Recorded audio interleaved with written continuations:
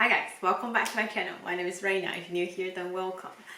If you notice, I've been wearing the same shirt, same background because I'm trying to film a couple of videos all in a day and then I'll edit it as I go along. I did try to add a little bit of accessory, slightly change my lip color, etc., but you probably won't tell.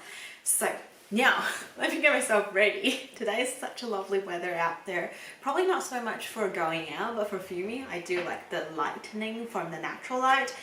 We are going through all of my retinol serum that I finished use up in the year of 2022. There are 5 serum that I used up, so pretty much the same. Yeah, that's exactly the same number of how many vitamin C serum that I used up. I'm really impressed by myself how I was keeping a nice steady speed on both of these. If you don't know, retinol is another very old, let's say vitamin A in a general group.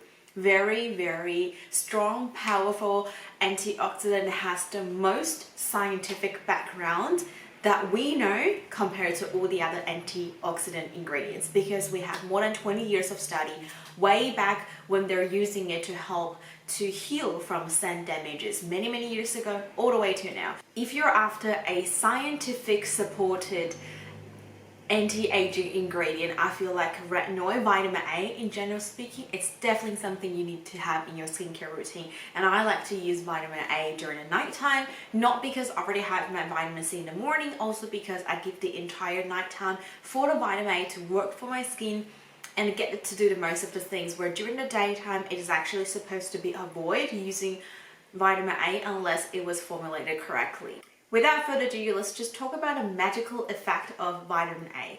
The actual active ingredient that we want to have for the skin to be absorbed and does all the benefit is retinoic acid, but it's so potent and it can be very irritating, and a lot of the actual high concentration version are prescription. So from drugstore wise skincare sort of range, we tend to see retinol, or active retinol these days, which is a new generation. Doesn't really matter which one that you're using, they all kind of need to convert it into the retinaldehyde and then get into become retinoic acid and then absorbed. But they all do the same thing, or they're all aiming the same thing, which is increase the skin cell turnover and help the skin to regenerate, so speed up the whole process. And in return, you get all this new, nice, plump skin cells, so the skin looks younger, it looks firmer, it looks less wrinkled. That's what we want, anti-aging. The one that I've used up are actually different types. That's why we're going to talk about them as we go along and to give you my idea of them. The first one is the SWISSE bio-retinol 0.5% vitamin B3 10% renewing booster serum. Straight away you know there are at least 2 ingredients, and the retinol they put a bio, that means it's a plant-based ingredient. That is called bakuchino. This is a really new ingredient that it's kind of being used as alternative of retinol if you're someone more prefer like vegan ingredient, or if you're pregnant, because it seems to be unlikely affecting the pregnancy. I'm not for sure, like it's definitely safe, but people seem to be thinking that way. The good thing about bakuchino is it still has all the properties as a retinol. It helps get rid of the loss of firmness. It helps to get rid of the fine lines and against the loss of firmness on the skin. And it also providing a soothing property, so it makes the skin feels nice and comfort, especially if you have acne prone skin, you want less irritation. Because it's so nice, because it's so gentle, you know the thing, it's not going to be as effective as retinol, not mention retinaldehyde or retinoic acid. If I'm someone not going for a very potent vitamin A ingredient, bakuchino is one of my first options. But I also know I won't get all the effect that I'm having. In this particular serum, they also add in vitamin B3, which is niacinamide 10%. It definitely helps with brightening, so it always feels like it's renewing. I think it's a great combination. Together, this one, I think is a good multi-active ingredient introductory retinol serum, especially for people who never used it before, or you're after a vegan ingredient. I think 0.5% and having bakuchino and also having niacinamide is a great choice. Experience wise, it was really good. I feel like very moisturized. I think when I reviewed this one, I said I kind of wanted to have this in my skincare routine to use it alternatively with the Holy Grail retinoid, which I love is the Ordinary Grand Active Retinoid 2%. So I will probably repurchase down the track, but I have quite a lot for me to try at the moment. The other reason why I want to repurchase because I do like the ingredient that is so simple, straightforward, and it's clear, and it's also very affordable. Speaking of bakuchino, I did also use that another retinoid that is containing bakuchino. This is the Terra Tonics Clean Collagen Bioactive Plant Serum. This one I received from an advent calendar, and oh my holy moly, it is expensive. I've got a 5ml, which I thought it was just a travel size. It's actually a example, but no, it retails for $26. This one had won a whole bunch of awards of like best edited choice, the best vegan retinoid, the best bakuchino product, all sorts of things like that. It's good. That's probably why it's very expensive, and it gives a really clear labeling of telling you there's 4% bakuchino. Speaking of the concentration, bakuchino can be effective from 0.5% all the way to 2%. Although I've noticed like every article or like a YouTuber or dermatologist, you know, people who want to study a little bit more about the ingredient of skincare, they tend to give a variation percentage, but I'll say that's a like general range. This one has 4%, which is way beyond that. That's probably why this is so expensive, but I don't know if 4% is way better than 2%, like by how much. Is it double of the fact, triple of the fact, or it has some special properties when you're using a 4%? I don't know about that, so that's a pending question mark for me because maybe just lack of knowledge of myself. I think it worked well when I was using it. I didn't notice any irritation, although the concentration is relatively high. And I didn't think I see a whole bunch of differences, but bear in mind, I've only got 5ml here, so I don't think I'll notice anything at all anyway, but it's too expensive. So I will not purchase myself, but if I get another one for me to try, absolutely yes, I want to see the benefits behind it if I get a longer time to test it out. My battery just died on me, so let me have a dip. This is a refill of my coffee, the one I had in the morning or that you see in the previous videos. If I showed, I cannot remember. Speaking of new generation retinoid related ingredients, Grand Active Retinoid is definitely something not this year or in the last couple years, but a few years back it was something very popular because The Ordinary have the Grand Active 2% emulsion.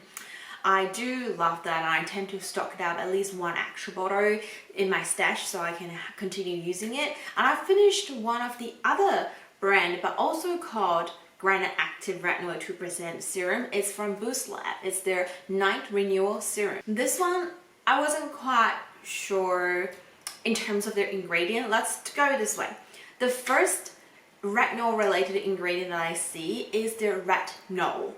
On the 7th of their ingredient list. So retinol will go into retinaldehyde and then become retinoic acid. So yeah, it's fine.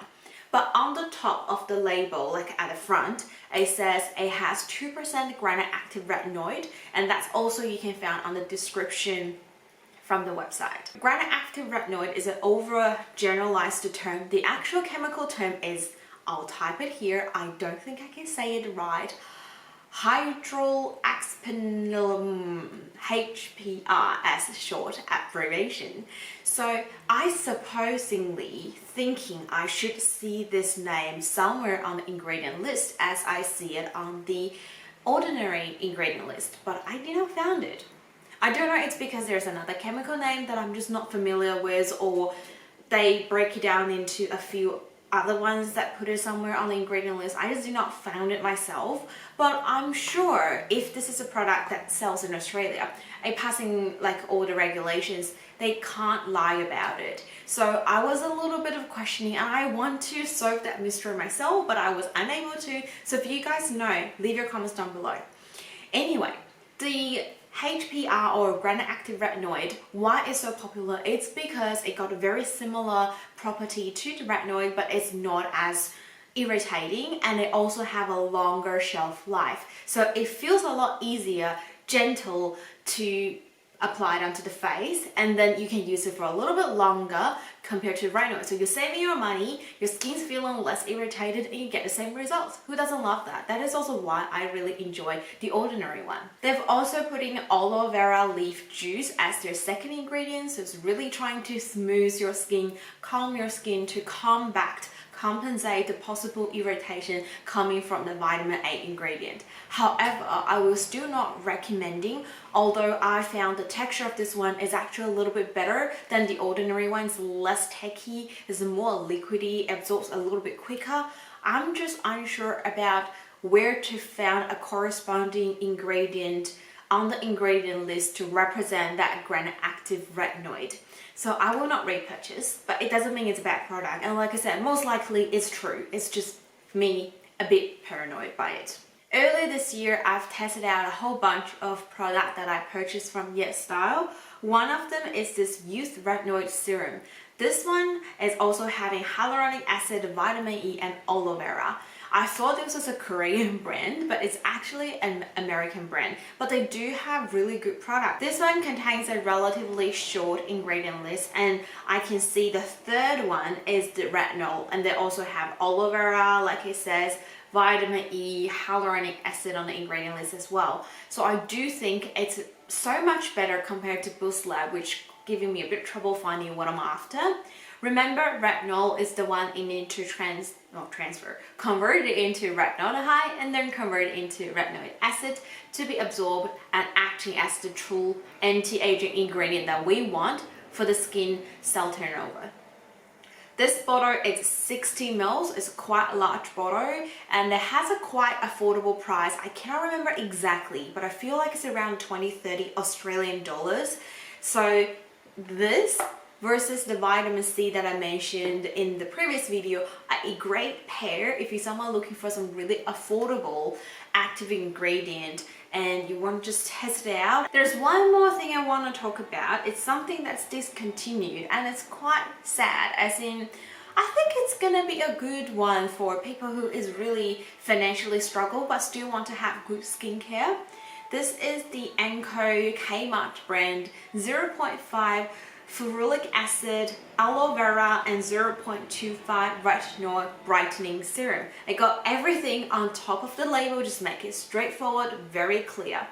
0.25 retinoid is a good concentration to start with, and then they also have aloe vera to smooth. You see that in a lot of the retinoid serums, and we're also having 0.5 ferulic acid. Ferulic acid is a plant-based ingredient that it works so well in combination with vitamin A, vitamin C, vitamin E to help further boost effectiveness of those active ingredients. You might have heard of CE, ferulic acid, from the SkinCeutical. That's the big boss, most expensive, but has the most study behind a vitamin C serum. That one is vitamin C and the ferulic acid. This one, they paired it with vitamin A, retinol, which is nothing wrong, and they tell you the concentration, and it's also a good natural AHA, so it kind of help with that skin turnover process. I don't want to say more about it because it's no longer available. I'm sure they're going to bring out something really similar. They came with all this new colored packaging. I bought all of those serums. One of them is 1% retinoid, if I remember correctly. I haven't started using it, but I do want to test it out and see how I feel. So there you go. That's the 5 vitamin A serum that I used up in the year of 2022. I think from my personal experience, my favorite one will be the Yeoth retinoid serum, but if I'm going more affordable and easy access where I am based here in Australia, I would say the SWISSE one is really good. I hope you guys really enjoyed today's video. Like always, if you enjoyed it, don't forget give me a like and consider subscribe down below. Leave your comment below as well. What do you think of the product that I mentioned? If you used it, are you agree with me? If you happen to have a different opinion, definitely let me know, because I feel like maybe because different skin type we react differently. If you have any good recommendations recommendations of retinol serum for me to try, definitely leave the name of the product down below. I would mark it or purchase it to be tried out in the year of 2023. I hope you guys all have a great day. Stay safe, stay positive. Hope you enjoy some great time with family and friends, and I'll see you guys in my next video. Bye!